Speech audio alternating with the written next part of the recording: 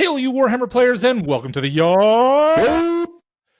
Today with me is, of course, my co-host Joey, and we have two wonderful humans with us to help with today's topic. First, we have my good buddy and teammate, Drew. He's here to talk about his paint. Drew, tell us a little bit about yourself. Hey, I'm Drew. Excellent. Maybe nailed it. Drew is our local paint god. You might have heard us talk about him before. And then also with us is one of the better up-and-coming painters, we'll say, Natalie Hill. You might have met her once or twice at some of your locals. Tell us, Natalie, tell us about you a little bit. I've been playing for about 5 years. I'm on a team called Lightly Salted, and I started chasing hobby about 2-3 years ago. So I'm very new to trying for the hobby side, for trying to join people like Drew up on that pedestal of paragon of painting. Mm-hmm. And you know what? I we all think you're a little bit closer than you might think you are, but I think that's just a normal, natural thing that humans do. And do you do any socials, Nat? Any socials? Yeah. Do you put your work up on the internet anywhere? Sometimes I'll post it up on Instagram, but I'm very self-conscious of my work. I'm surrounded by my hobby idols. I've got Drew, I've got Eric Mullen, I have Kevin Gubbs, so I'm very self-conscious of posting it. I will post it on occasion, but not as much as I probably could. Okay. Mostly just on Instagram. And what's your handle? Where can people find you? It's villainousnat1. Ooh. On That's Instagram. a fun one. Yeah. Quite fun. Excellent. And Drew, you don't do any socials, do you? I'm on there, but I don't. Oh, I'm similar to her. I Drew's don't. poor I don't. internet. I'm You know, pretty it self-conscious happens. of my stuff. We'll do our best. That, or I just don't want to tip my hand for any of my competition. How's that sound? Oh, yeah, that's it. Perfect. Maybe. Okay. Very good. So otherwise, you can find me on TikTok at allday40k. And Joey, where can they find you? You can find me over on Instagram as well, and that's just Beddingfield Painting. It's just me. Just you. Excellent. We're talking to experienced hobbyists. We'll answer the questions ourselves and go through as round robin as best we can to talk with each other about the celebration of one of the most fun aspects of playing this game at all, which is making your stuff pretty. So to get us started, let's talk about the factor in deciding that you would become a better painter. Like, what was it about it? I'll go ahead and start us off, which the reason I wanted to become a better painter is because I oftentimes played with people who put gray armies on the table, and I hated it. And I figured if I can come in new to this game and show off how easy it is to like paint and like be halfway decent at it, that maybe my friends with gray armies would paint their armies too. It did not work, but it was the drug that pulled me into it overall. So that was mine.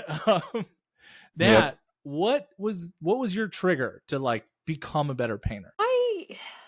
When I learned to play, the people who taught me to play and helped me acquire my first armies were already very well known for beautiful armies. My first sisters were the original metal models, and I got those from Lou Rollins, who has won many, many awards for his beautiful paint. So not having a beautiful army wasn't something I didn't understand. Slapchop, they always spoke of it, and gray armies, and Slapchop was always, we don't, this is shame. We don't speak of this as not this. We expect better standards from you. So it was always something I took seriously, but the drive to actually try to compete at the same level that Drew's been at and everyone else was at the SoCal Open a couple of years ago, when I actually got to experience, oh, wow, there are other people out here. It's not just the one or two names in my local community. And I got to sit down with Jacob Thayer from the Hobby Goblins, and he gave me some really good feedback. And then on the 10-hour drive home from Cali to Utah with my captain, we just spitfire ideas of what I could do and incorporate his feedback into the current army, which were my little pink war dogs, little Shalaxi war dogs. It did really well. We took a very simple idea, and that army went on to make Showcase at LVO. Excellent. So that was when the competitive hobby bug bit me. Dude, that's awesome. Yeah. Really good for you. It's really nice to have like those like super positive influences that are like good at painting to help pull you in. That's rad. Mm-hmm. How about you, Joey? What was the bug? What gave you the bite? Painting is what I started the hobby in to begin with. I grew up around art and drawing and painting on canvas, and when I was like early high school, I started doing like model cars and things like that. So like I was kind of already just in that world a little bit. And then at my first duty station when I was in the Air Force, one of my friends introduced me to 40K, and I was like, oh, this is actually really cool. Got into the lore, got into the models, started painting, and then from there it was like, well, I should probably do something with these. And so then I learned how to play the game after. So Excellent. I mean, hey, when you're surrounded by it your whole life, it just makes sense to kind of naturally fall into it. Drew, yeah, I have not like you're on broken your phone now. Hey. I gave up. But that works though. Can you hear me all right? Yeah. You're great now. We can hear you and we can see you, so that's huge. Yeah. Yeah, okay. I haven't broken into the like competitive side of painting yet. I like am very aware that I'm not a horrible painter. It's just like in the past, most of my painting effort has gone into commissions and not my own stuff. And so like my armies historically have just been like battle ready. And then the things that I actually care about are not the models that I'm playing with. They're my friends that paid me. So it's whatever. But so we'll see one day. Yes. So the quick clarification for everybody on this call. Joey and I are not competitive painters. We are very good battle-ready painters. But here with us are two very competitive painters. Of course, Drew, tell us what bit you. What was the hobby bug that bit you? How did you get into it? Oh boy. I've thought about this question for, a couple days now. And in the way back machine, every year for Christmas, my brother and I, we would get a model airplane, 1/48 scale, so they were all the same size, and then we would build them and assemble them, and then we'd stick them on our ceiling, and then we'd have these mock dog fights up there, and flying around, and we were mostly World War II stuff, but we had some pretty modern stuff in there too, and yada yada yada. But the thing is I didn't get to play with them other than when it was time to come take them down and knock the 1/4 inch of dust off the top of them. So they would do one lap around the house, making pew pew noises, and then they would go back up on the roof or on the ceiling. So in high school, I had a similar thing. I had a couple buddies that made the armies and introduced me to the game, and I'm like, oh my gosh, this is cool. So I can have models and I can play with them. Sign me up. So then through the course of my time in the Air Force, was mostly hobby because it was something I could, pick up and move and then always have when I got to a new spot. And it wasn't really until we settled down here in Spokane that I started getting into like actual like competitive kind of stuff. And it started out small, just like everybody else. But I would say the answer to this question is I get to paint my models and play with them too. So. Excellent. Yeah, that's awesome. And also, your dad is a hobbyist at heart, correct? Correct. Yep. And so I'm sure that familial influence probably helped quite a bit. Excellent. So that takes us into really the next question, which is, what was the first model you told yourself, this is going to be my first step? Like you picked up a model and said, this is the one where I'm going to actually try to be good at painting. For me, it was Tor Garradon, because I started with Grey Knights, and then I picked up a box of Imperial Fists from their like release box in 9th edition. There was just one still on a shelf because nobody plays that army. And I thought, man, these are yellow and cool. And I put that character down and I spent like 6 hours painting him. And for me, 6 hours at that time was an incredible amount of time painting. I know that's a very small for many. And he's okay. I'll go ahead and put a picture up for you guys to take a look at here. But he is like the first iteration of my paint jobs overall. And you know, I've come a long way since then, of course. But yeah, that was mine. I really just kind of sat down and said, I like this army. I think it's cool. It's bright and it's pretty, and I'm going to make it prettier. But that was mine. Drew. And how long did that take? Like how long had you already been playing before you said, okay, other than just showing people that putting fully painted models on the table is not difficult, how long did it take for you to go, oh, I'm actually going to try at this? I was about 6 months into the hobby. Okay. All the models that I had put on, I painted to completion, but I didn't really care about basing or anything of the sort. I was just like, you know what, throw some sand and glue down. I'm battle ready. I'm good. All my Grey Knights, they were so boring. It's like silver armor, red weapons, and gold highlights. Like, cool. There we go. But it wasn't until I really got into my Imperial Fists and Space Marine army in general that I was like, I like this. This is fun to me. So thanks for that question. Drew, same question for you, buddy. What was the first model that you know, like the Warhammer 40K model, I guess, or even a plane, where you said, I'm really going to put my all into this model? This goes back into the Wayback Machine. One of the first models I ever actually bought in a blister pack from Games Workshop was the original Noise Marine. Guy with the cool mohawk, guitar, you know, that kind of thing. And, you know, he was just so cool. And then I painted him. I was trying to remember, and I'm talking to you guys. I've spent the better part of the last 2 days trying to find him. But he's been repainted 2 or 3 times while I was in high school, and then he's been static since. But he was the first one where, you know, all the other stuff was just kind of like colored by numbers, just big bloppy kind of stuff like this. And this guy, you know, he had leopard print and zebra stripes, and, you know, his mohawk was 3 colors, and it was as cool as I've ever painted anything at that point in my life. And I was just like, dang, I could do this for all these, and this would look really cool. Of course, it's taken a while to get to the point where I could do all these and make them look really cool, but still, that was like the trigger for me, is like, these models are special. So hell yeah, absolutely agreed. And I like Joey's question a lot as a follow up to that. How long had you been playing 40K and being introduced at least to it before you really kind of sat down with that Noise Marine? I don't even know if I was really playing at that point, because I was on a pizza maker's budget and in high school, and so I had, you know, getting $3 and something an hour, and I had to put half of that in my gas tank and the other half in the savings account, theoretically, and then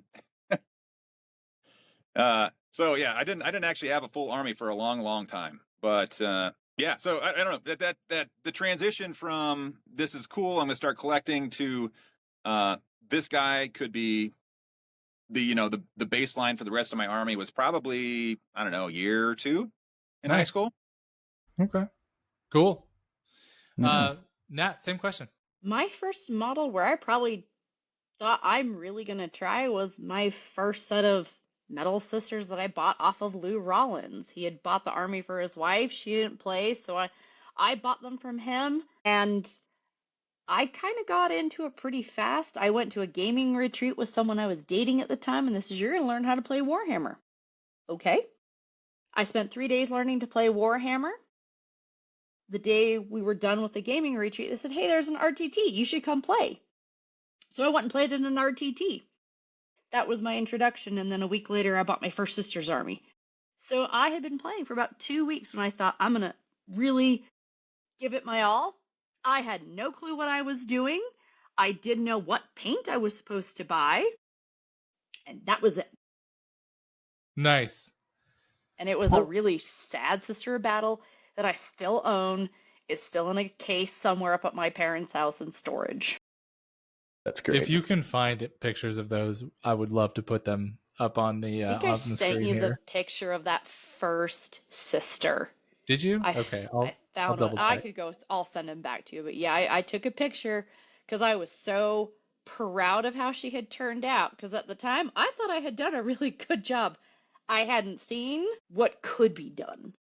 So I was pretty Oh, proud of myself. there she is. I see her. For 2 weeks, she looks great. Yeah. So there's that. Hey, and that took me about 15 hours. I got down to when I was painting my sisters, they took me about 15 hours each. That's Yeah, awesome. That's when you know they care. I care. I care. It's a lot of care. A lot of Yeah. care. Joey. Yeah. So I was like, as everybody has been answering the question, I went back and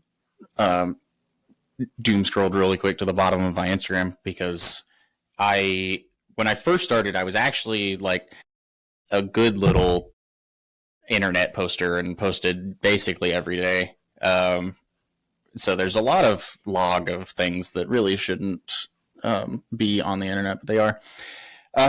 And like looking at like the various things that I painted, that I was like, there was a couple of times where I would paint something and I knew, and the intention was to paint it well, but looking at it, like I think the one that really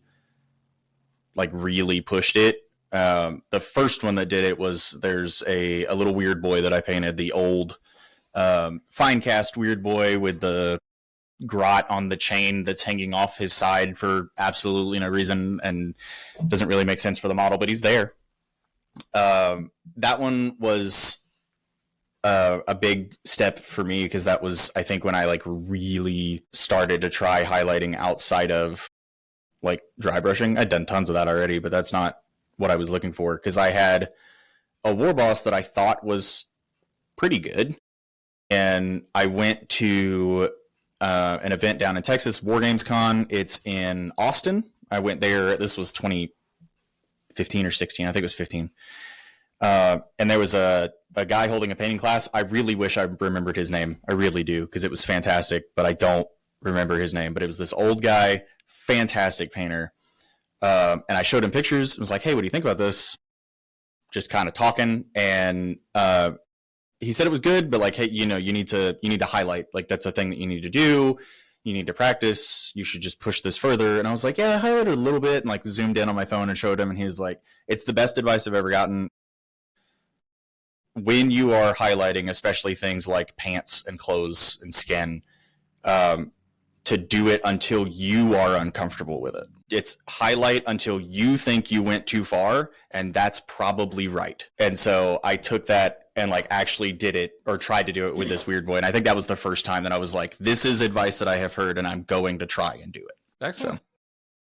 That segues really nicely overall into the question of taking on a more advanced technique. The very first advanced technique, of course, that anyone tried to bring on. So Nat, what was the first advanced technique that you tried when it came, like realizing this is more than just putting paint on a thing? Dry brushing. Learning how to dry brush was, for me at the time, really advanced. Yeah. I remember trying a lot, and my hands were always covered in paint. Was there any particular teachers or influences that you drew off of? Nope. It was just good advice from other painters of, oh, you should try applying some dry brushing. I'd heard about it. I watched a lot of YouTube videos on it, and a lot of trial and error. A lot of trial and error of how to get it done right. Yeah, definitely. What do you think is the biggest hurdle when it comes to picking up dry brushing? Knowing not to use a dry brush, that it does need to be a little bit moist or it looks chalky.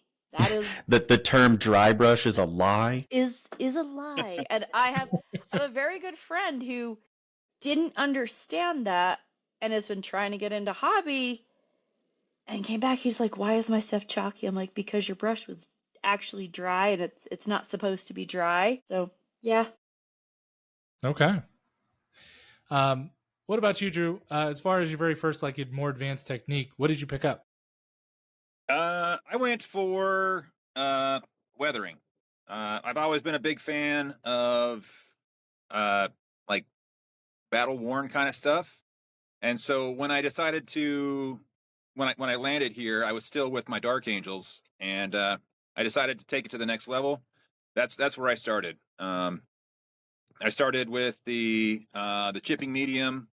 So I do everything on hard mode. So you do the base layer for all the rust colors, and then you clear coat it. Then you hit it with the chipping medium, and then you paint over the top of that, and then you hit it with a wet toothbrush, and you kind of target your scraping and your chip marks. And that is something that's really easy to go off the deep end and do way too much, or not do enough, or not take care of it while you're doing it, because even a warm thumb can reactivate that stuff, and then you'll have a thumbprint come off while you're painting. You thought you were almost done. So so it's You do hard mode.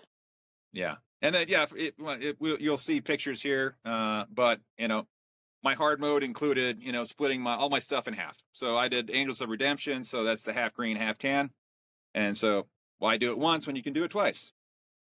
Yeah. Yeah, why not? Especially on models that don't have hard middle lines. Yeah, dude. You know what? You are excellent at making things harder than they need to be. But it shows. It really does. As for me, my first quote unquote advanced technique was I was so afraid of like getting into the edge highlighting of anything that I'm like, I'm just gonna really work on making sure that there is a light source on every model. And so it was, I guess, airbrushing or zenithal highlighting was my first like quote unquote advanced technique, making sure that you had light coming in from a certain angle and that there was a difference in color from like a high, a mid, and a low. That way I can get away with having models on the table that looked okay, that hadn't a single highlight. And it was great. It was great for a while until somebody looked at it and said, you need to put some edge highlights on there. And I felt deep shame. To be fair, you said there was not any highlights. There are. They're just not any edge highlights. Yeah. Edge highlighting was like this big hurdle that I just did not want to get near. So that's fair. And it's funny that it's not the fashion of paint right now to have edge highlighting. I think I love it. I think edge highlighting is awesome now. Like now that I've been painting, and if I don't see any edge highlighting, I get sad when I look at the model. But or at least some amount of highlighting, but I like it. Not to say that it's the end all be all technique, but I just think it belongs in certain places. That's fair. Okay, great. And then I think let's move into what is the biggest hang up for getting started with any and all hobby. Let's go ahead and Joey, kick us off. What do you think is the biggest hang up for getting started? To get started on this is so rough because I think my hang up is different depending on what I'm doing. My biggest hang up for starting new armies is that I hate building models. I cannot stand it. So that's like that's step one.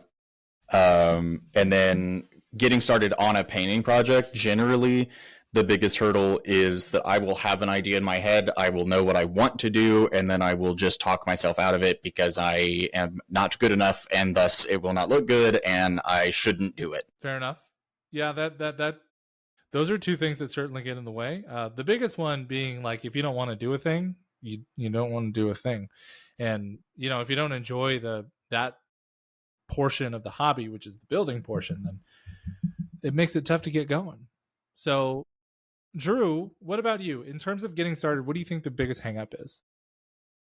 I can echo Joey here. When I have an idea in my head, I get into it happens in the game too. The analysis paralysis. It's like, okay, so I want to have this look so good that it's going to be great, and then I want to have the equation that I'm building simple enough that I can repeat it, but it can't be so simple, and it's got to be good enough. And then so I go back and forth on how I want to juggle this, and then that's how I end up with all these little cue cards up here of paint recipes, and and so then I'm like, okay, cool, and then like now with my Eldar, I'm going for mostly yellow, but I want to do Power Ranger stuff. So all the individual special units are going to be their own color. So I have to recreate or reinvent or do that process for each individual squad, and it's going to be like that's part of the reason that I have 3 half done models for the army so far. It's fair. That'll certainly do it. Also, ratcheting it up the difficulty as you bust into your newest army. Mad respect for that. Nat, what do you think is the biggest hang up for getting started painting? I'm with Joey. I hate building. For my birthday, my team tends to go, hey, as your birthday present, I will build a model for you. They're very nice. I hate building. But my husband can't build for me. He's offered. And the looks I give him are like he's hurting my beloved child. He could just see the torment in my face while he's handling my models. So as much as I hate doing it, it's just less painful if I just do it myself. Unlike you guys, I don't come up with an idea in my head. I'm too analytical. I don't have the creative bone in my body. And sisters, my sister's army, I decided just to stick with the traditional black armor and hey, I don't have to think about it. I can just do this. Knights don't have recognizable, oh, I'm running in Chaos Knights. They have to look this way. They don't have those colors. So I get analysis paralysis on colors and themes. I spent 3 months looking online for what colors I wanted to use for my Nurgle Knights. I woke up with nightmares about them. So it takes me a very long time to come up with that. Wow. Okay. Plug really quick. I will. It's called the Cube. Yeah. I think you can get them on Amazon. It's they're for home decorating. It's like for interior design and shit. So it's like 5 or 6 different colors for a color scheme, and then it'll show like a room or like a forest or whatever if it's autumn colors or what the case may be. But it's to give you a like idea of these are the 5 colors or however many that thing has. They all go together and or complement or contrast in the ways that they need to, and then you just put those colors on the model the way that you need to. There's like 400 of them, and they're all numbered. So like at worst, you can literally just random number generate, which we've done. Like a couple of the guys on my team every now and then will do that of like, hey, I'm just going to paint this random model. Somebody give me a number, and he'll pull a card and go, all right, this is your color scheme, and we'll just do it. My Pinterest is full of that. Yeah, it's great. I'll say, I'm like, ooh, I like that color. And then I will go I will usually pick wedding receptions with that color, Sure. and then it'll show me palettes. And my Pinterest has a lot of Warhammer boards of, my demons, we're going to use plum and emerald green and tans and mustard yellows. It's full of those palettes. Yeah. The cube that Joey's referencing is the Color Cube by Sarah Renee Clark. Look this up. I believe Ninjon did a whole thing on it. He did do a whole video on it, but yeah, it's really cool.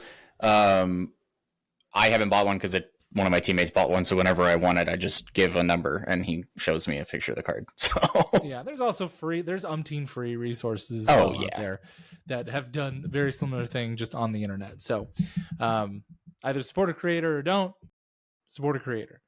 I find, and this ties back to like the why I decided to get a little bit more into painting, is when it comes to the biggest hang up that people have getting started with painting is that they just don't start painting. So I used to do tech support with people, and what I would always tell people is you can't be afraid to push buttons. And I'm going to offer you the same advice. Anybody looking to really kind of pick up learning how to paint, which is just can't be afraid to put paint on the model. You can always take the paint off, guys. Unless you're using Krylon out of a can, you can always take the paint off. Or in some cases, Army Painter's primer. That stuff is cement. But yeah, just put paint on model. Keep putting paint on model.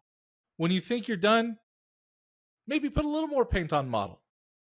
Pick it up, come back to it later, and put paint on model again. Just paint it's the biggest hang up, because a lot of people do spend so much time in analysis paralysis, overthinking it little bit by little bit. And I think that is what, I mean, it all comes down to just like, you just want pretty stuff. Everybody does, but everything starts ugly, and that's okay. Great. And so that's going to go ahead and take us into the next step, which is truly the next step of painting, which is, what was that first model where you kind of thought and said, oh, I think I got this. I think that my efforts are solid, that I am not a bad painter, that I can just really only go up from here, that I've gotten over that hurdle. And for me, it's my Inceptors. I had those 3D printed smokestacks that come out of their backpacks.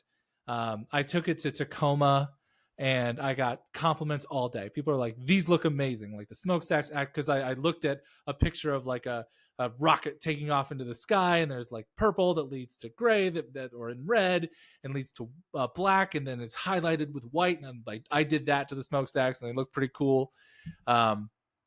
Did I cut off the mold lines? No, but it's fine.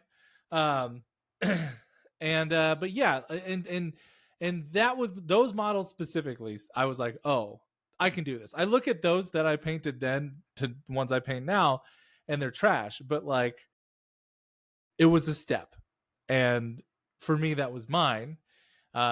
Joey, what was yours? Man, I think, yeah, that's because specifically the quote that you put there is, oh, I'm pretty good at this, which is not the way that I talk. So mine was, oh, I'm actually not bad at this. Because that's fun.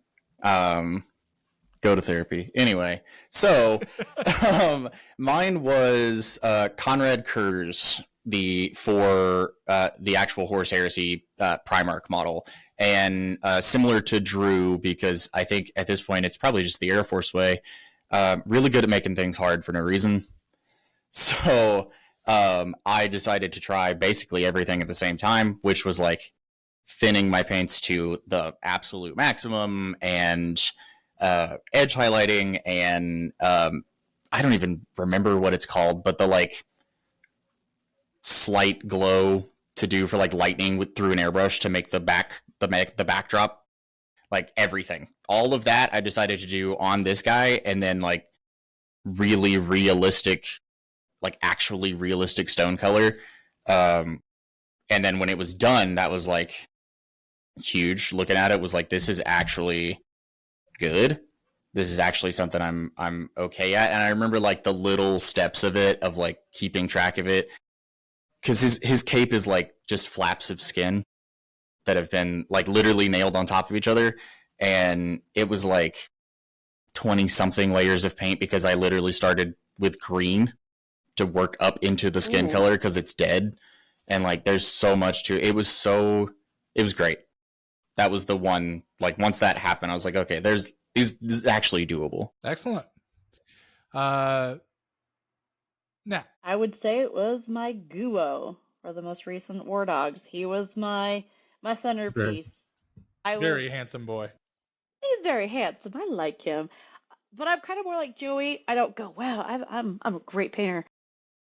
I was very proud of him. Like, I am very, very happy with the way he looks. Mm-hmm. And it was a big confidence booster, and oh, I'm not half bad at this.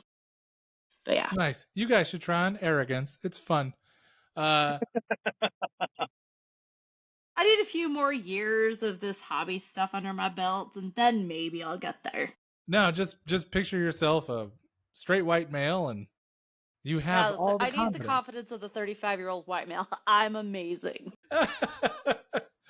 Drew, what was that model where you're like, oh, I'm good at this? I think it was my Morven Ball.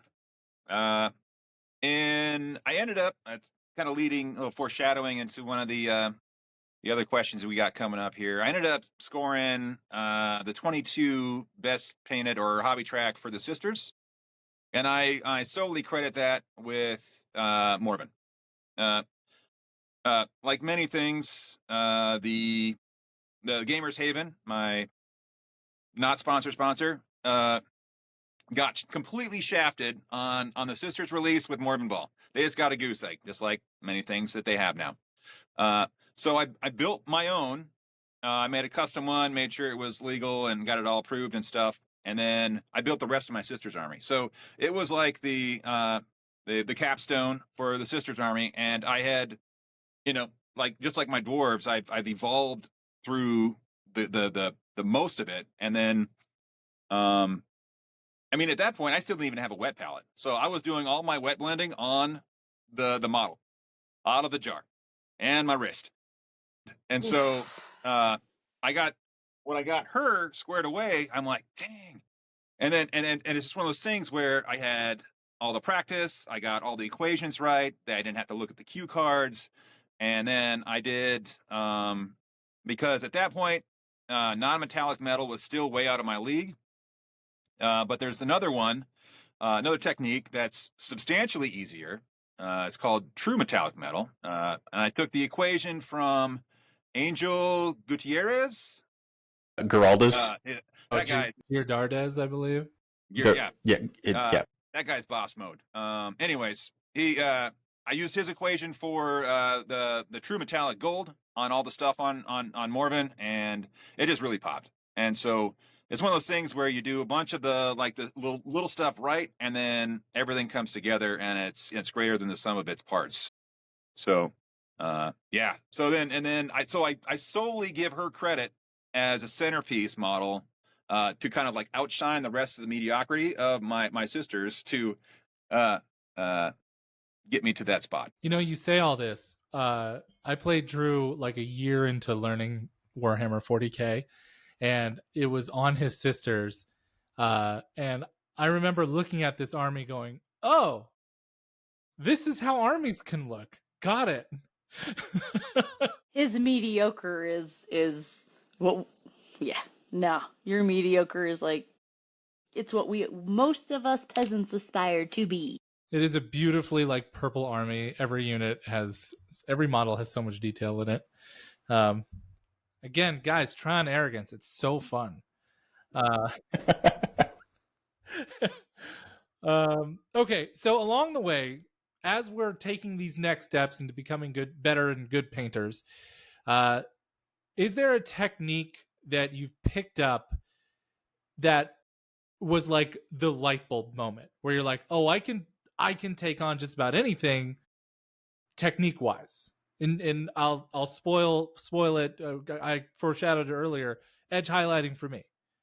Once I figured out, oh, edge highlighting, I can do this. Like everything made more sense in terms of like how I thin paints to make sure that my brush isn't too wet, to utilize resources to wick stuff off, to stop using a paper towel and just eat the brush, taste the paint.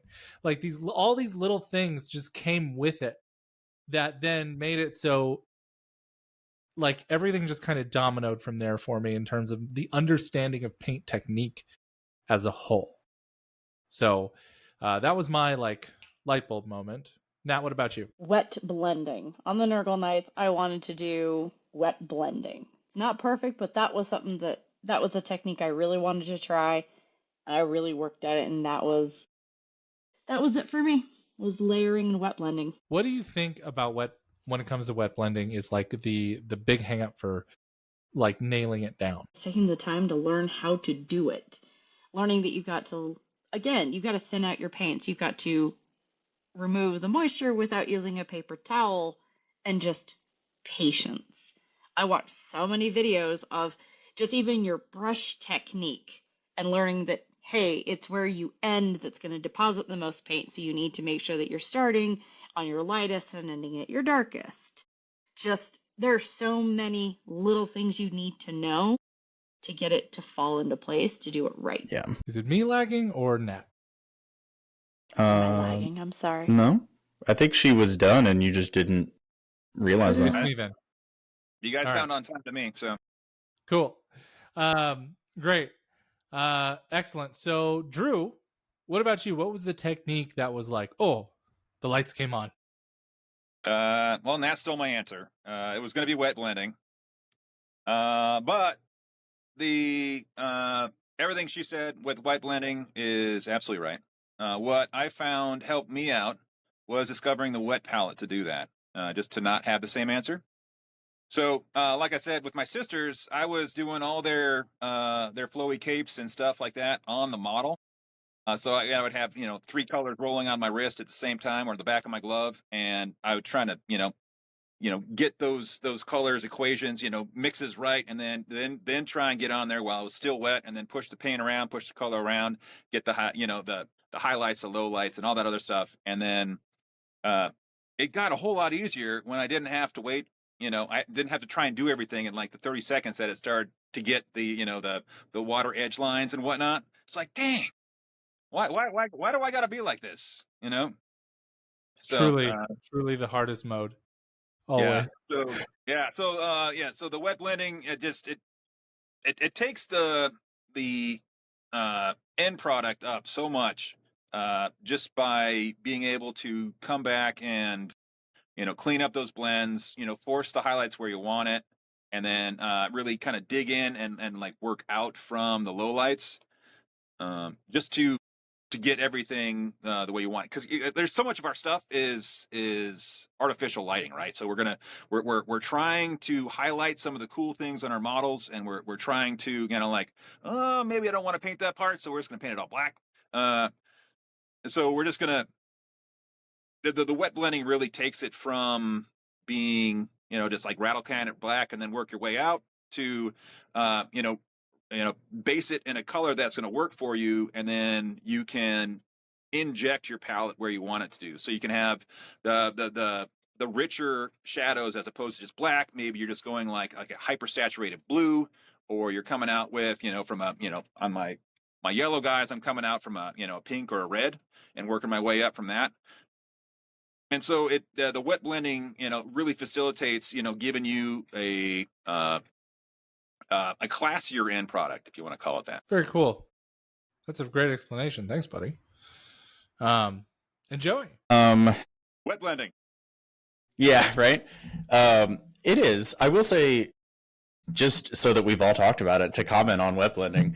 I think it's super, because Natalie touched on like the direction that your brush needs to go and everything like that. And so at this point, everybody's heard us talk about it. So if you're thinking about wet blending, I think what a lot of people don't realize is, because it feels backwards, is that you're working down the light spectrum instead of up the light spectrum when you're wet blending. So you're working your lighter colors into your darker colors and not the other way around. And so it feels backwards, but that's just it's what makes it work. But anywho, so I will continue, because maybe it's apparent to some people. It's mine was just color theory, just using it and learning it, learning like light dynamics and how undercoats affect the final like luster of the color in the end, and just the way that you can use things to your advantage like that. I think that was one of the things to me that made it like, okay, this actually makes sense. Like I'll paint yellow and I'll paint white and I don't mind, because there are things like that you can do that makes it significantly easier just by understanding the way that those things work. Excellent. So many people are scared of painting yellow and white. I actually really like painting those lighter colors. It's black that gives me trouble. I cheat with white. That's fair. I always use gray. Yeah. I work my way up with grays. My Guo looks white. He's not. He's not. Technically gray. Yeah. But that's fine. And I think that's the case most of the time. Like most of the time when people say that they're going to paint white, you're really not, because if you paint white, how are you going to highlight it? what are you highlighting with if you're painting actually white? So, yeah. Yep. And then so now that we've taken our next step, we feel like we're pretty good at this stuff. Let's talk about our very first paint award. Drew, what was your very first paint award? I don't know, actually. I know I've won best painted at the monthly Havens a handful of times. But I think my first thing with hardware actually ended up being the ITC for the hobby track on the Sisters. I was doing some reflecting, and I don't know that I got any best painted with them, but I got a whole lot of bridesmaids with them. So a lot of seconds, and those added up to taking the trophy home at the end of the season. So, Dude, that's awesome. What a hell of a first award. Yeah. What about you, Joey? Your first paint award of any kind? I don't have one. Neither do I. I've only taken some favorite Army RTT stuff. What are you gonna do? It. I'm not aware that I've done that. I guess I was in the top 3 at Jingle Bombs here last year. Had no idea. But like that, I've never legitimately taken one. I've tried. At GTs, I've specifically tried twice. Didn't get it either time for reasons that we'll talk about with the next question. But yeah, I don't have one officially. I have like little personal achievements, but no actual awards. Okay, yeah. Again, it's pretty much the same for me. I have taken favorite paint home at RTTs, but that's it. So bring us home, Nat. What was your first paint award? My first paint award was at the Rook GT in Bozeman, Montana, 2 summers ago. I tied for best painted. Nice. That's awesome. What army was it? It was my pink war dogs, my pink glowy war dogs. Ooh, excellent. That glow bit goes a long way. Yeah. Really does. Fluorescents are amazing. Cool. Okay, so now that we've expressed our first paint awards, Joey, I can't wait to hear about your most humbling moment in regard to paint. Yeah. So it was the first GT that I went to. I decided I'm actually going to put some effort into this. I'm going to try painting because I don't know what to expect at a GT. I don't know how well I'm going to do. And at this point, I had been playing competitively for less than a year. I'd been playing the game for 4 or 5, but competitively, I had only been playing less than a year. I've only played RTTs. Went with some of the guys down in Mississippi to a GT. It ended up being in Jackson. It was supposed to be in New Orleans. Very weird story for another time. It was in Jackson, Mississippi. So I took Death Guard, and I thought I'm really going to try for this because I found out in that process, and then have always been this way now. Nurgle's really fun to paint. Yeah. And there's a bunch of really cool, very different techniques that you can do, and none of it will look the same, and it's really cool. So I went with Frozen Death Guard. Ooh. And really put what I thought was some of my potentially the most work that I could have done into it. Showed up at the event, and then found out that somebody who was there, because I didn't know his actual name, I knew his online name, which was Sensei Swag, but his name was Viet Win, who unfortunately he did pass away, I believe 2 years ago at this point.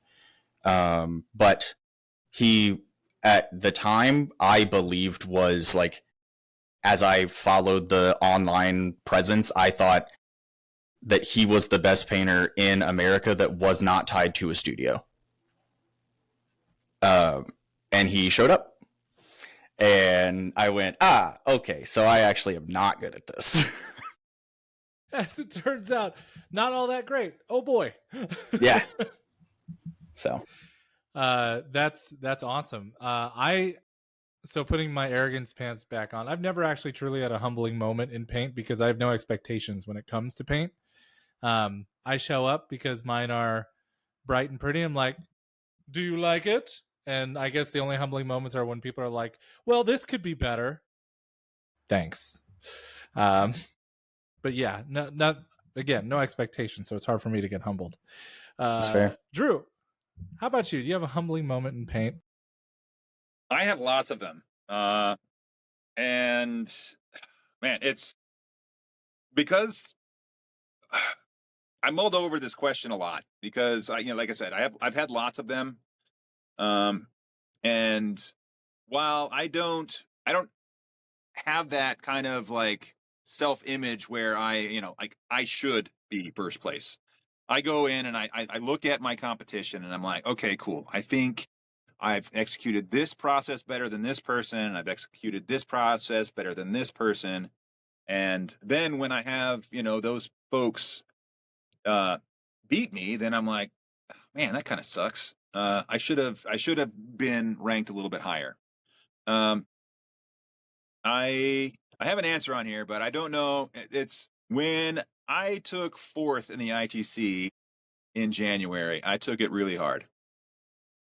I had a pretty safe lead into third. I was going to get nowhere near Dean or Kevin for 1 and 2, but I had a pretty safe margin between me and anybody behind me. I thought, and I didn't.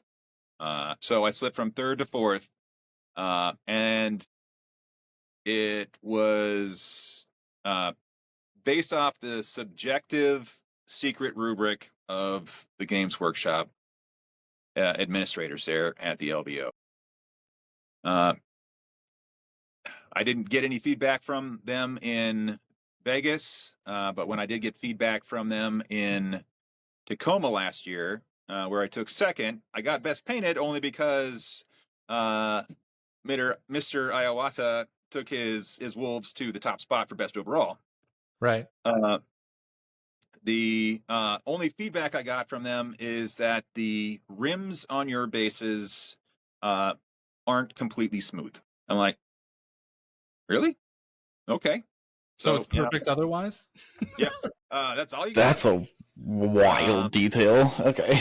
Yeah. So anyways, so that was probably the biggest shot to the pills I took I have taken, was just kind of like allowing myself to kind of think maybe I was safe and I wasn't. So I kind of got short sheeted a little bit. And I think that's good and that's bad. It gives me that drive to push. And my goal for the last ITC season was top 5. And so I got fourth, I met my goal, which I thought was lofty in the first place. So there's that kind of like juxtaposition of my psyche where I'm like, yeah, but I could have done better, but I did pretty good. And so it's one of those, like I said, I wrestled with that for a little bit, and I'm just going to try and keep pushing. So yeah, from the outside in, that was pretty hard. So, but still, man, fourth overall, that's pretty good. yeah. Now, what about you? Humbling moment. Lone Star Open last year. I had spent 6 months painting up my army, putting a lot of work into it, taking a lot of feedback. I show up and I'm there with Kevin Grubbs, Jacob Thayer, Eric Mullins, winners, and they had very nice things to say. I fangirled hardcore, and they were very complimentary, so I think I probably had a little bit more confidence in how I would do. I wasn't going to win next to them, but I didn't make showcase, and that kind of a little hard. But I took some really good feedback from Jacob Thayer as to what I needed to do to get to the next level. And the explanation was on the rubric of here's what was expected to get to showcase, and here's why you didn't make it. It wasn't that you weren't good enough. There were just people who just were better, and here's what you need to do to get up to their level. So it was a little discouraging, but I walked away with a lot better attitude of, okay, I have work ahead of me. I can get here. Yeah, it sure is nice when you get a rubric amount of feedback about your army. Isn't it, Games Workshop? Anyway, Thanks to Drew. Thank you to Drew. I had us rewrite our rubric that we use because of SLO last year. Drew got a perfect score, but he didn't quite understand what that meant. So we rewrote our rubric, tried to remove as much subjectivity as possible, and the judges are if time permits, the judges are required to give feedback. None of this, oh, it looks great, awesome, I love that. I don't care. I want to know what else is needed. I'm putting myself up for paint means I care. I want to do better. I want to compete in this way. Give me that feedback. So 100%. because of that, we took that from Drew. As a corporate slave, I can't tell you how the importance of feedback and actually giving qualitative feedback with actual like do this to improve versus you could do better or this is great. No notes. Like, Yep. okay. Yeah. You don't Always like a do pleasure to have better. class. Yep. Do better or do more. Like, Yeah. Okay. All right. Okay, so let's go into our next segment, which is where are you today in terms of paint? Oh, I'm sorry. No, I'm skipping ahead. Let's hit the last one here of the humbling moments, which is that first plateau that you hit in your paint process, getting to where you are today.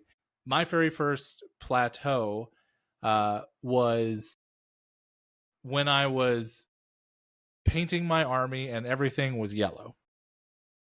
And it all looked like doo-doo once I really started thinking about it.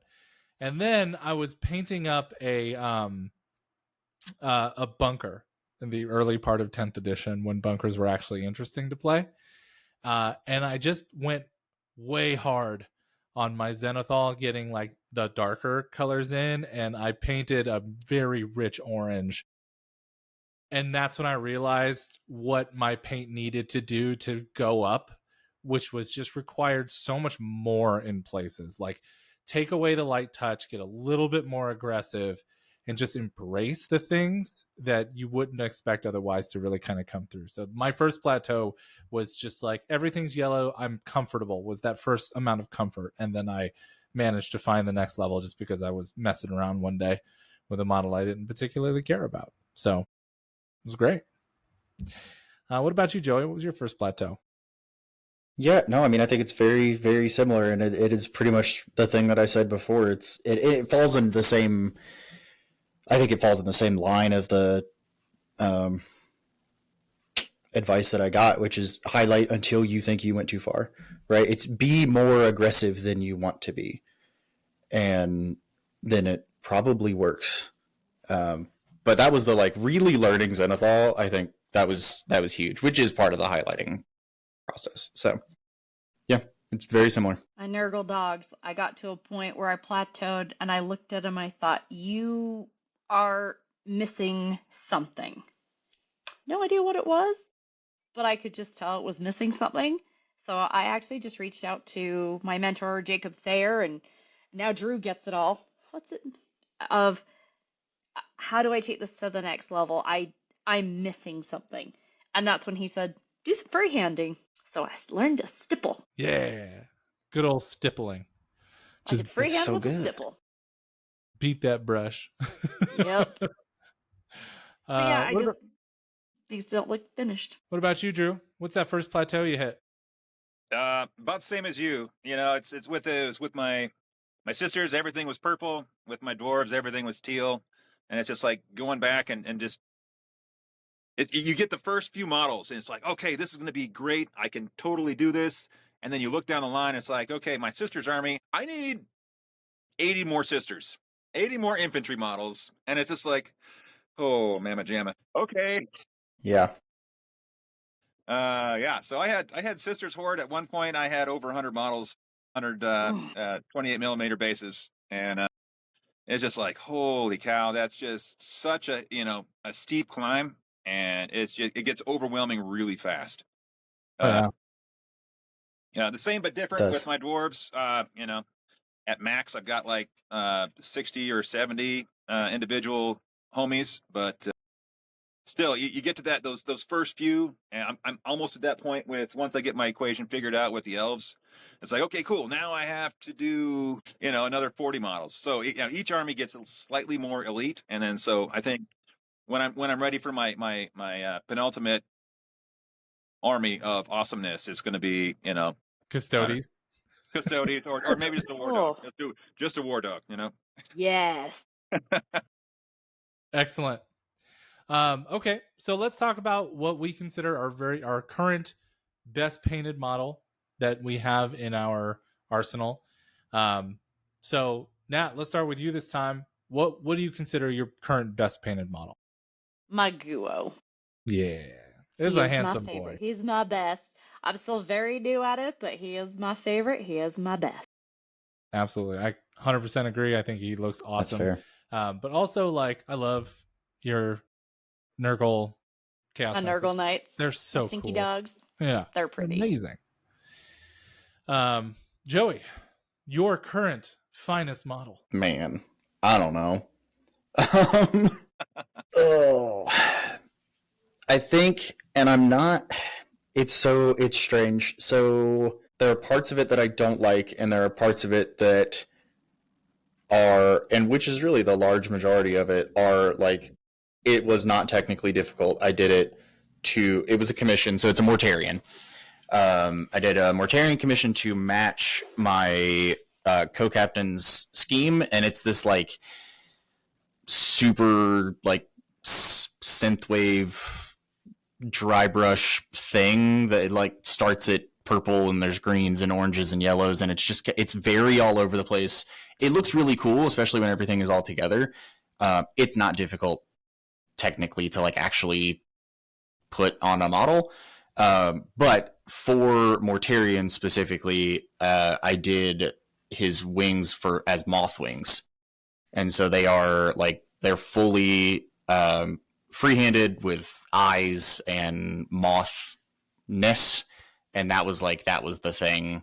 I think that's the best thing that I've done. Excellent. And we can put pictures up. So yeah, we'll get them in post. My current best painted model is a captain that I recently did, the Gravis captain that runs around with the 2-up, 4-up, 5-up. I wet blended a cloak, or not wet blended, but I blended a cloak, and I'm really proud of it. I think it's very good. And I did a lightning sword that is my best lightning sword yet.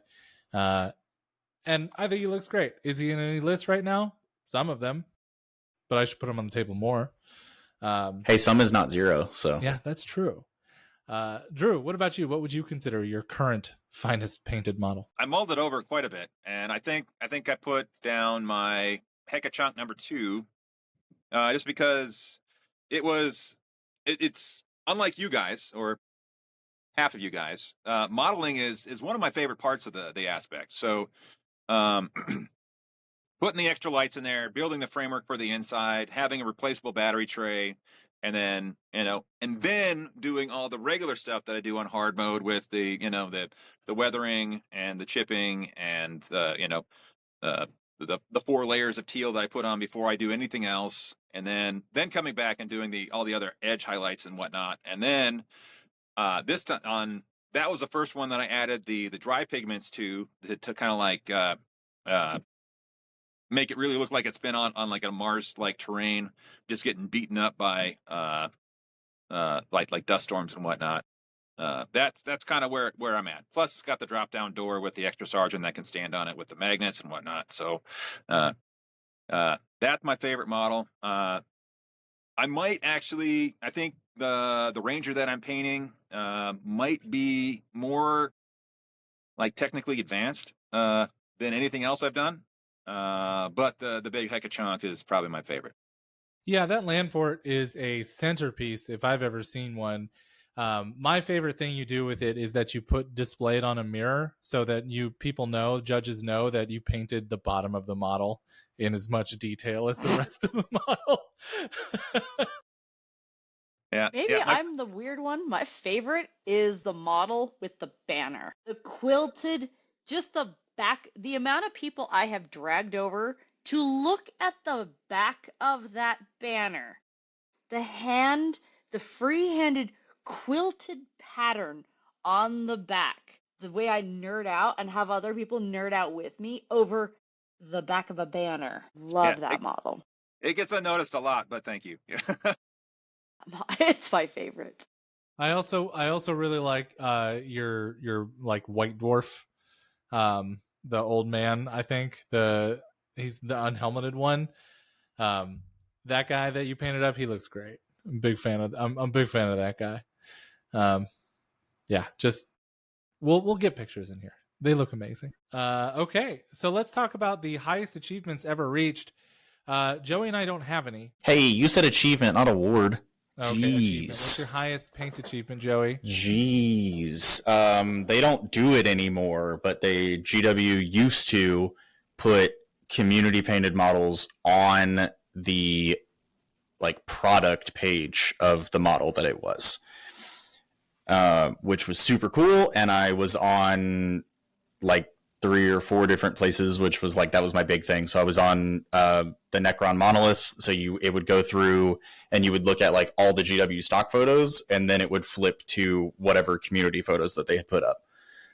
So I was on there for that. And then I got on Forge World for the Conrad. Nice. So. I guess I made Showcase at Tacoma. That was cool.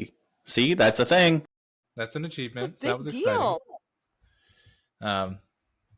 Orange, it just stood out. What about you, Drew? What's your highest achievement, and is it your most humbling moment? Yes. It's the mere 4th overall for IGC last year. The mere 4th. A mere. Yeah, but yeah, that's it.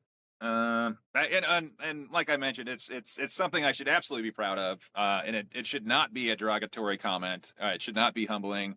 It should be everything great. But that is as high as I've gotten. I just kind of came up and then just like touched 3rd, and then kind of came back down just a little bit to 4th. It's all right. There's always this year. There's always this year. There is this year. Nat, your highest achievement. My highest achievement, and it was my goal last year, was to take Best in Hobby Track for Chaos Knights. Nice. That's my goal. Awesome. And I got it. Hell yeah. Yeah. It's that damn Guo. It was the Guo. It was the He Guo. did all the heavy lifting.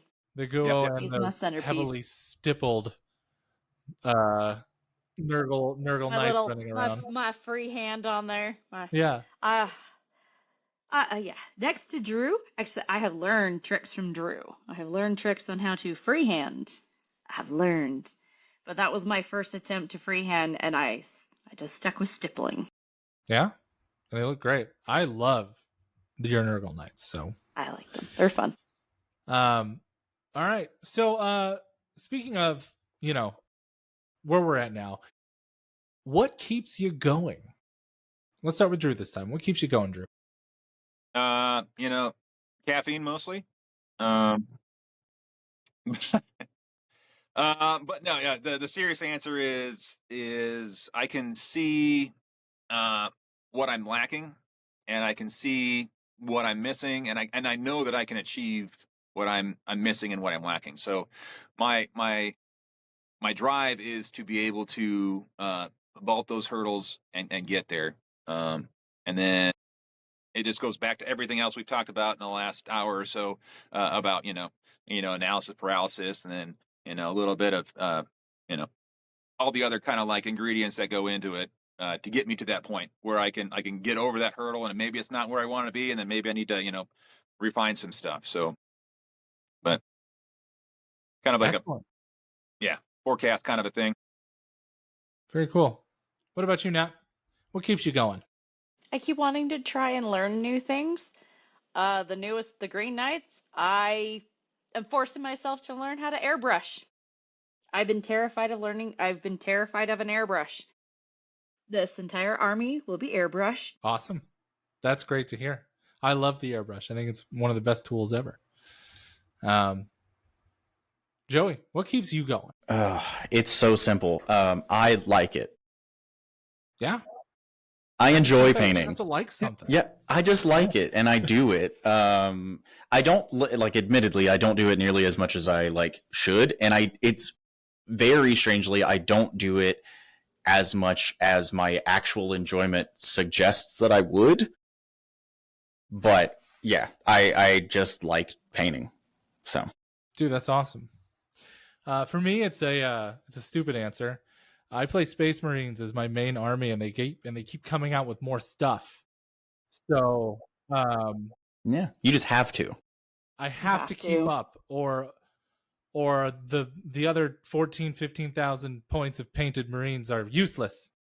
So I have to keep going. That's what keeps me going. All right.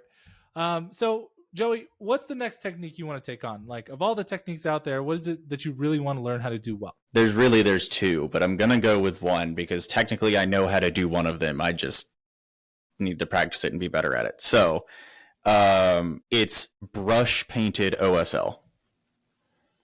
I can OSL with an airbrush all day long, and I really enjoy doing it. And it's one of those things that, like, it is very easily overdone. People do it all the time. They do too much, or you overspray, or whatever. I understand how it works. It's a lot of fun. I like it. I use it. But I am incapable of doing it with a brush. And I should probably learn how. Right? I mean, really, when it comes down to it, that's just heavy glazing, isn't it? Kind of, yeah. And maybe I'm just too lazy and haven't really done it, but that's a thing. I feel like I've done a lot of that. But I also go really aggressive. So that's fair. Anyway, Drew, what about you? What's the next technique you want to try to learn? I want to try to make things easier in my life by actually learning how to use an airbrush right. Okay. Oh, yeah. So I basically use it as just like a 1/4 scale rattle can, and so I do my low lights, I do my highlights, I do my zenith, and then I do my base colors, and then that's where it stops. Everything else after that is all wet blending or hard mode nonsense. And if I could get in there and I don't know, maybe do some OSL that uses an airbrush, that'd be great. Instead of like going the hard mode and using wet blending and glazing and all that stuff to do it. And then or like this Wraith Knight that I'm working on, everything I've done in the last probably, I don't know, maybe 3 cumulative hours on just the waist down, probably could have been done in about 3 minutes if I could have any sort of trigger control on my airbrush. Oh, no. That's fair. That's phenomenal. It's so funny. I love hearing your guys' because like when the techniques that I'm like, or the techniques like airbrushing techniques for me is the natural thing where it's just like, oh, what's the best and easiest thing I can do for the best look? And it's all in the airbrush. So was it you that I was talking to about like you don't airbrush at like less than 35 pounds? Well, yeah, I airbrush anywhere between 30 and 50 most of the time. Which is absolutely insane. So I do just want to caveat that of you're like, yes, the airbrush is the easiest. It could be easier. Yeah, I started to do it more with my new airbrush. Yeah, okay, good. Yeah, it's wild. Yeah, I when I was first learning, I was so bad at clogging my brush that I was just like, we're cranking this bitch up, and just kept it at like 30 to 50 forever. And then Joey commented on it, was like, what are you doing? So I've been doing more with less, which has been a nice transition. Yeah. Now that I know how to paint. It hurt me a lot. So Matt, what's your next technique? Joey and Drew say I want to learn OSL. But I don't have the trigger control to be confident in trying it. One of my friends was suggesting on my Nurgle nights, like, oh, you should do some really cool OSL on the eyes, and I thought, nope, I will not have the right. Nope, I will spray on that face, and I will. Nope, there's 6 months of painting. I am not willing to take that risk. It's just, guys, just think of it like you're doing a base coat. That's all an OSL is. No.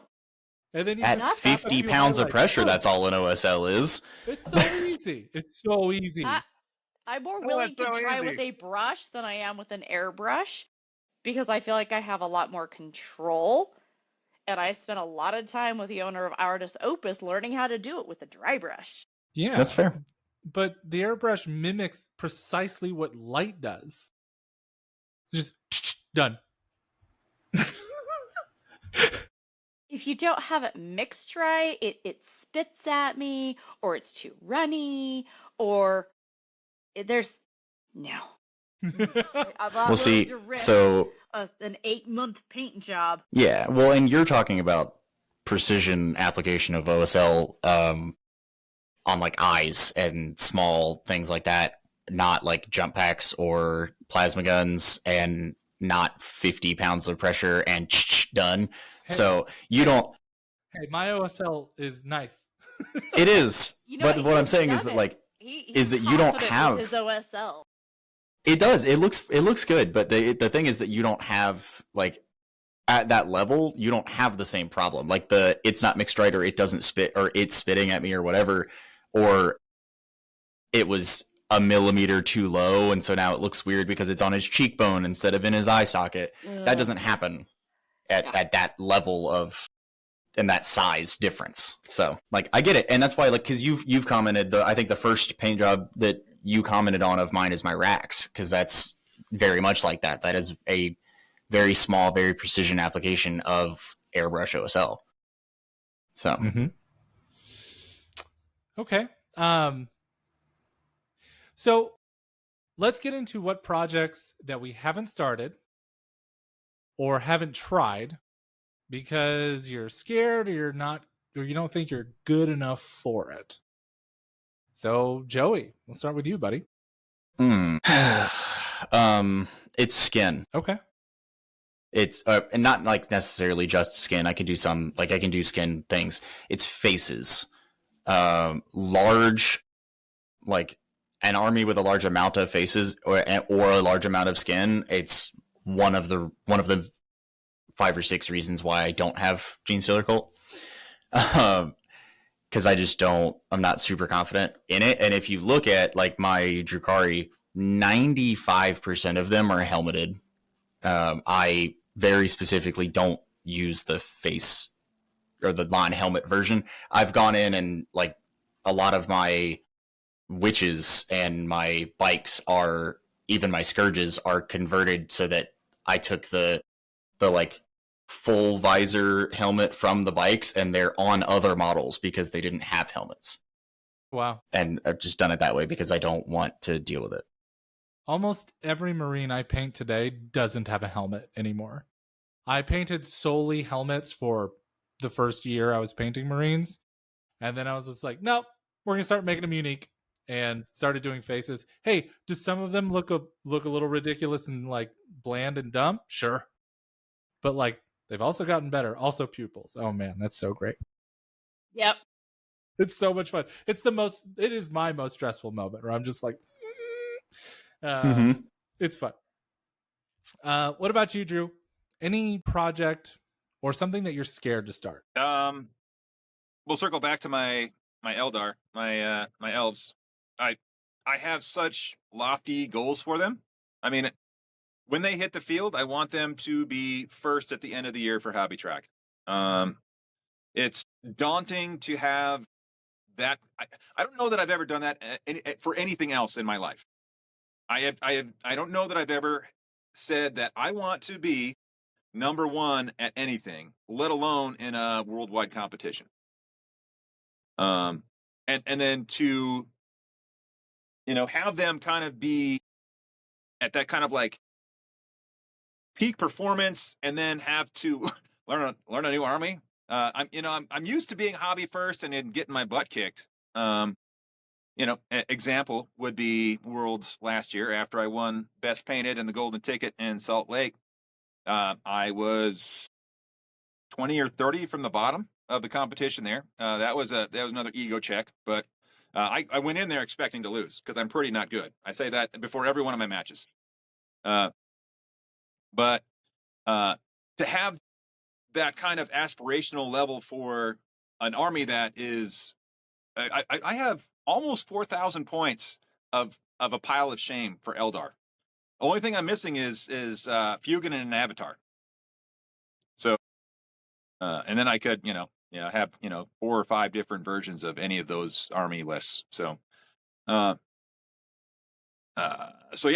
I'm very apprehensive. I am got a lot of the non-egotistical arrogance that you are prescribing. Might help me out on the model. Yeah. This is You know what I'm when we saying? remind you that you took best overall at the Team USA event. You did. You took There was some pretty good best paint there. overall. Wow. Yeah. I'm And gonna then keep you reminding talk you about- of this.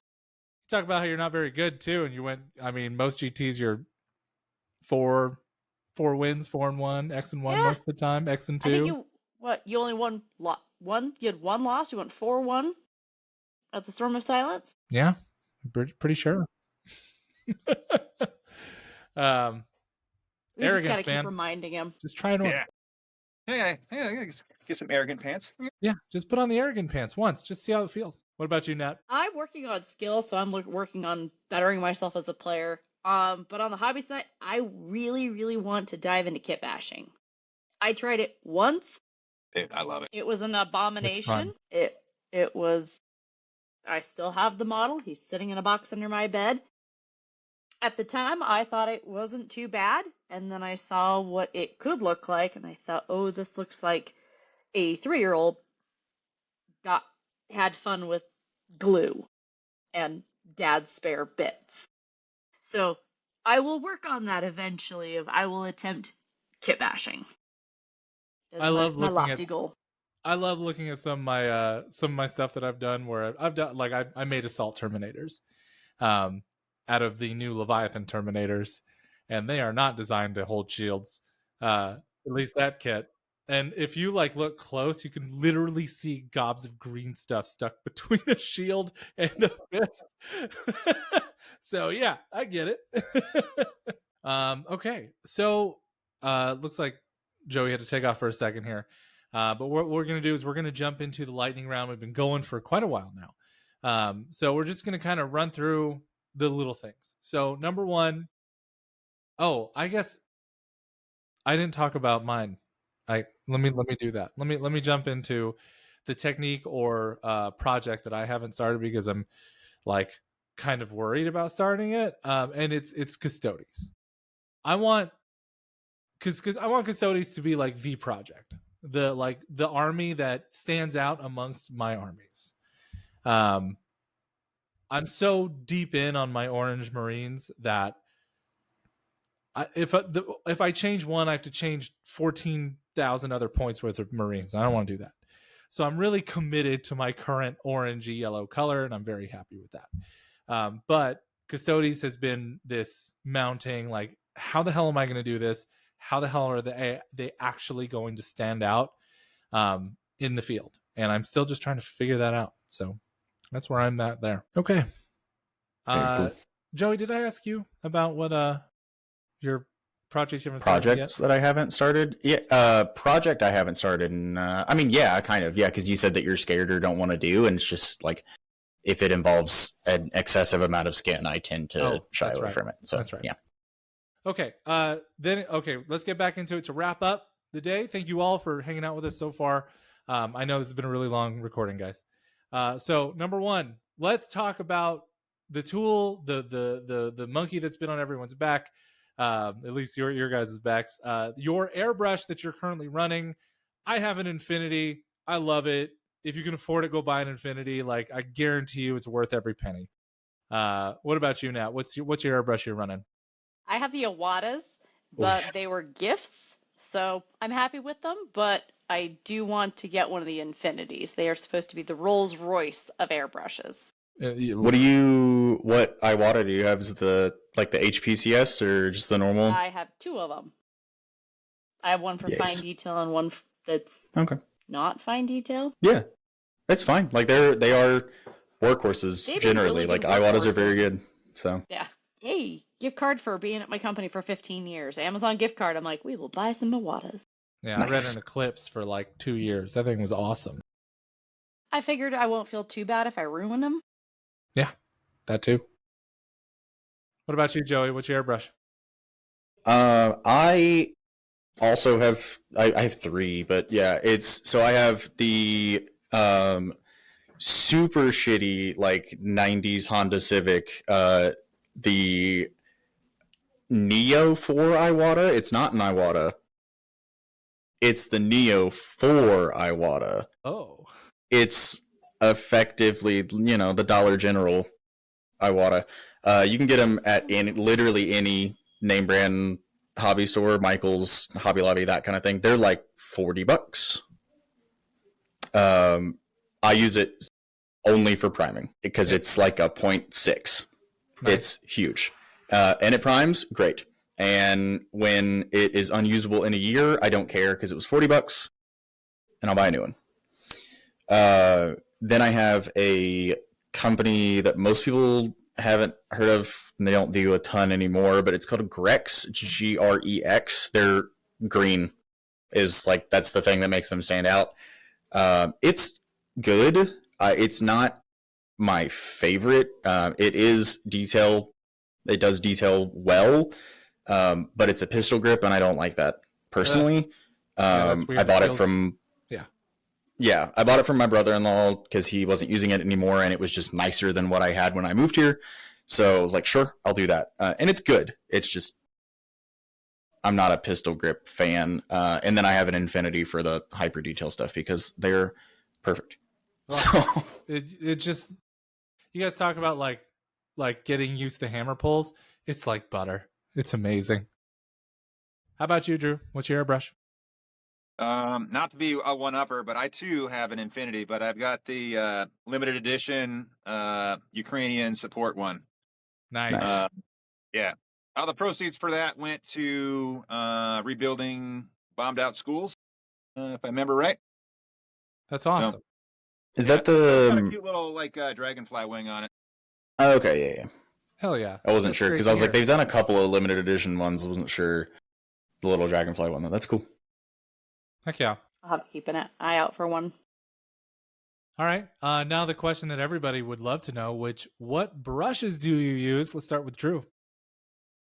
Well, I've got I think it's the Series 75s that they sell down there at the shop. Mm-hmm. They're like $20-$30 brushes, and they're just great just for everything. I like them a lot. They clean up nice. They last forever. They keep their tip nice. But when I need to do when I need to pay the bills, it's the Artist Opus stuff.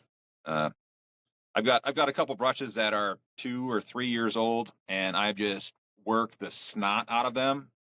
You give them some shampoo and a nice little bath, and they're back to just like razor sharp. And it's just you get every bit of your $70 to $100 per brush out of that. So yeah. How about you, Nat? That's what I was gonna say. Is that like that's.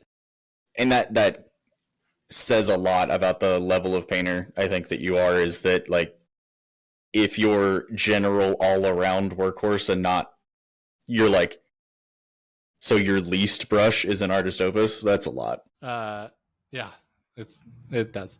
What about you, Nat? As far as the brushes that you bring use every day or the nicer stuff, what do you primarily have? I gave in and spent a small fortune on Artist Opus while I was at LVO. I bought the full set of brushes. I bought the full set of dry brushes. I bought the big texture palette. I baby them. Like they still stay in their special little box with their special tips. I still often use my cheap little Amazon brushes because I'm a coward and I don't want to ruin them. But when I do have to sit down, I'm forcing myself to use my Artist Opus brushes. Hell yeah. Joey? It's similar to Nat. So I use, most of the time, I use the newer Monument line, their Sable brushes, now that they don't have only synthetic. I do like them. Okay. Yeah, I like those a lot. So I've been using those. My cheap workhorse is Army Painter. I will only use them for specific things. I don't use Army Painter brushes for details. But for like base coats and general easy things, like they're perfectly fine. And then I do have, I think, two or three, the Winsor Newton Series 7s that I splurged on like a year ago. And I also baby them. I use them very rarely, but when I use them, they are a delight. So I have a couple of those too. Those are great. Yeah. Yeah, those are like the most industry known brushes right there, those Series 7s from Windsor. Yeah. As for me, I really like these Da Vinci Sables. They're like $50. I think they're from Russia. I don't know. Anyway, those are like my workhorse brushes for the most part. But I also have, like, when I'm really getting into a character, I have the big Artist Opus box that I pull out and just like pretend I'm really good at painting with them. Yeah. And then like clean them like a madman to make sure that they're not ruined when I'm done with them. What cleaner are you using? What's that? What cleaner do you use? Oh, I actually have 2 sets of cleaner because I just buy stuff. But the first one that I have is from a brush company called Minotaur. So I have their cleaner, which smells like orange, which is really nice. And then I bought, I believe, the cleaner that that Pro Acryl sells as well. Unicorn Goop? Unicorn Goop. They're both awesome as far as I'm concerned. It's just the Minotaur one came with a really nice like little pad that you rub the brush around in to get all the gunk off. So, all right, let's talk about paint. I'll start us off with paint. Pro Acryl by Monument Hobbies. I love that paint to death. I really, really, really like there's certain paints from certain companies I love. There are certain things from Vallejo I love that I have to use. There's certain paints from Citadel that I have to use. But as far as all the detail work that's on every one of my models, it is very specifically Pro Acryl. I have their entire line. I love that paint to death. Drew, I think you're going to have the most unique answer out of all of us because I think most of us use Pro Acryl here. But tell us about Two Thin Coats. Yes. Yeah. I got in at ground level on their Kickstarter, and after I bought into it because Duncan Rhodes. I've met Duncan Rhodes a handful of times. He's a great guy. I love his videos. He keeps things kind of like super digestible, which is perfect for me. For those who don't know, I am a gross motor skills kind of guy, and I was a mechanic in the Air Force, and now I drive a fire truck around town. So the easy is great for me because, as we previously discussed, I do everything on hard mode. So having everything in one setup, he comes with color wheels, he comes with all the other stuff, and it's great. And then so as they've expanded to Wave 2 and Wave 3, I just bought in for it. I had just like probably all of you guys, I have had, my favorite white from this company and my favorite black from this company, and then this yellow is the only one that works on anything. And then, but the Two Thin Coats is universally good. I mean, there are some, just like everything, there are some that are require a little bit more work, but as a baseline, they are well and above anything else I've had as far as a single company is concerned. That's awesome.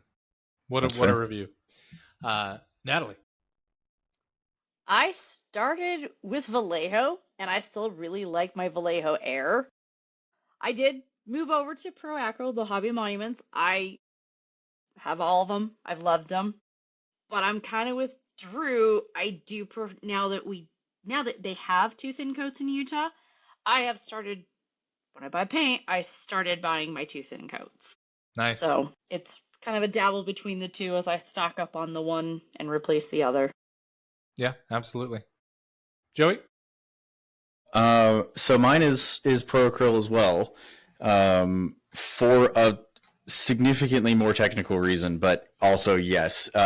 So for me, I don't think, just because I grew up painting like on canvas and with my dad and watching all of that, is like, I don't think I've painted a model in the past 12 months that I have not mixed paint for. I always mix paint, and Pro Acryl is a single pigment paint, so it mixes easier and better. Not to say like other companies have single pigment paints, but Pro Acryl, it is just as a baseline, all of their stuff is single pigment. And so it is made to be mixed because the guy who started the company and runs it was a tattoo artist first. And so that's why he did it that way. And it's really cool. That's crazy. They'll I've be always at the Challengers Cup. Super nice guy. Really nice guy, Jason. I've always liked Pro Acryl just because it's GUD good. I don't know. Yeah, that's fair. Hey, in Utah, we're a big fan of dropper bottles. I started out with Citadel. It just doesn't last. Yeah. Doesn't last. So I moved over to Vallejo because it was the only option we had if it was an army painter. Mm-hmm. That was it. You had army painter or you had Vallejo and a few AKs. But that's all we really had. And then Hobby Monument came in and that took us by storm. It's a big favorite here in Utah. I will say that like Vallejo is some of the cool, like some of their reds and their entire pink to red range is just, in my opinion, the best among paints. They have, I think, the largest range. Yeah. But I think the Too Thin Coats is starting to catch up. They're really bringing out a lot of range. Wow. Considering Duncan's a huge part of it, it makes sense. Okay, so Nat, what do you think is a tool that everyone should be using to make them a better painter? A good dry brush. Okay. Yeah, I agree. Learn how to do a little dry brushing. Some people go and buy cheap makeup brushes. I've tried, like my very specific dry brush. I have the range of them. They have their job. That's what I like. Excellent. Great advice. Joey, what about you? What's a tool? I'll go, should be pretty simple, but it honestly, like embarrassingly, is a thing that I only found like really dove into like maybe a year ago. It's a good light, and Drew's got it. Yeah. Yeah. Is that which one is that? I don't even know. I actually only recently got it, and it's changed my world. So. Oh, did you get it? Did you get it at the Haven? I did, yeah. Okay, so it's a Game Envy, which is the same one that I have, and that is the one. Like that is. I've always painted with daylight lamps, so like that was fine. Light quality wasn't an issue necessarily, but like painting with a light that is actually made for painting and has intensity levels and color differences is like, after putting it off for literally years, it is unspeakably useful. What about you, Drew? What's a tool that everybody should have to make some better painter? Oh boy. I went a little bit more theoretical on this one. I'm gonna say persistence. Okay, all right. Yeah, you don't get better if you don't keep trying. If you don't keep, maybe taking the arrogance pants off and having a little humility and saying, you know what, I am not that good. Maybe I need to be better. And there are ways I can do that, and there are people I can talk to about getting better. So Jacob Hobbyhosen is a great guy, great resource. Anybody that wants to talk to the Hobby Goblins, little plug here for them. They have great weekly bat reps, but you can reach out to them on their Discord, and they'll give you feedback for free with no strings attached, and it's honest and credible. So he's also doing a paint channel now. Nice. So That's he's rad. doing Gob Ross and Friends. Nice. And so he'll paint a model, but it's live, so you can interact with them. You can ask questions.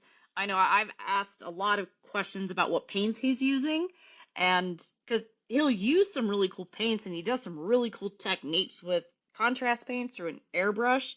Mm-hmm. And I'll forget to write it down, so he'll ask questions, but he's like Drew said, a really good resource for feedback to go to the next level. Yeah. I will say that's huge. I love contrast paints through an airbrush. Only way to use them. Yeah. There's some really cool stuff. The tones that come out of them is completely different than what normally comes out of them, and it's awesome. That's how I found my orange. Speaking of airbrushing, guys, airbrushing makes your life easier. Learn how to airbrush. Make it your best friend. Learn how to do everything. Yeah, that you Jeremy, can with learn an how to airbrush. airbrush. It will save you quite literally hours of your day. And it looks amazing. It is the most effective tool for making even the worst painter a pretty good battle ready painter. Take it from this right here. And now the last thing that I think we should talk about is what kind of environment that we paint in. For me, it's just at my desk in my office. As long as my paints are nearby, which is just back here somewhere, I'm good. And then I have one of those little like mats with measuring lines on it that I keep from my hand-built table that I put together. But yeah, one big light on top, and that's it. And it's not quite as fancy as what you guys have going on over there, but it works. What about you, Joey? What kind of painting environment do you work out of? Yeah, it's very similar. My computer desk at home is a corner L, so I have my computer on one side, and then I have all of my painting stuff on the other, and so I just sit there and do that. I have the little like the self-healing measurement mat and all that, which is fine. I very rarely actually use that for anything, but it exists, and yeah, I've got my light and everything that I might need and a comfortable computer chair, and you can get after it. Nice. I'm probably going to wind up with that Game Envy one. That thing is nice.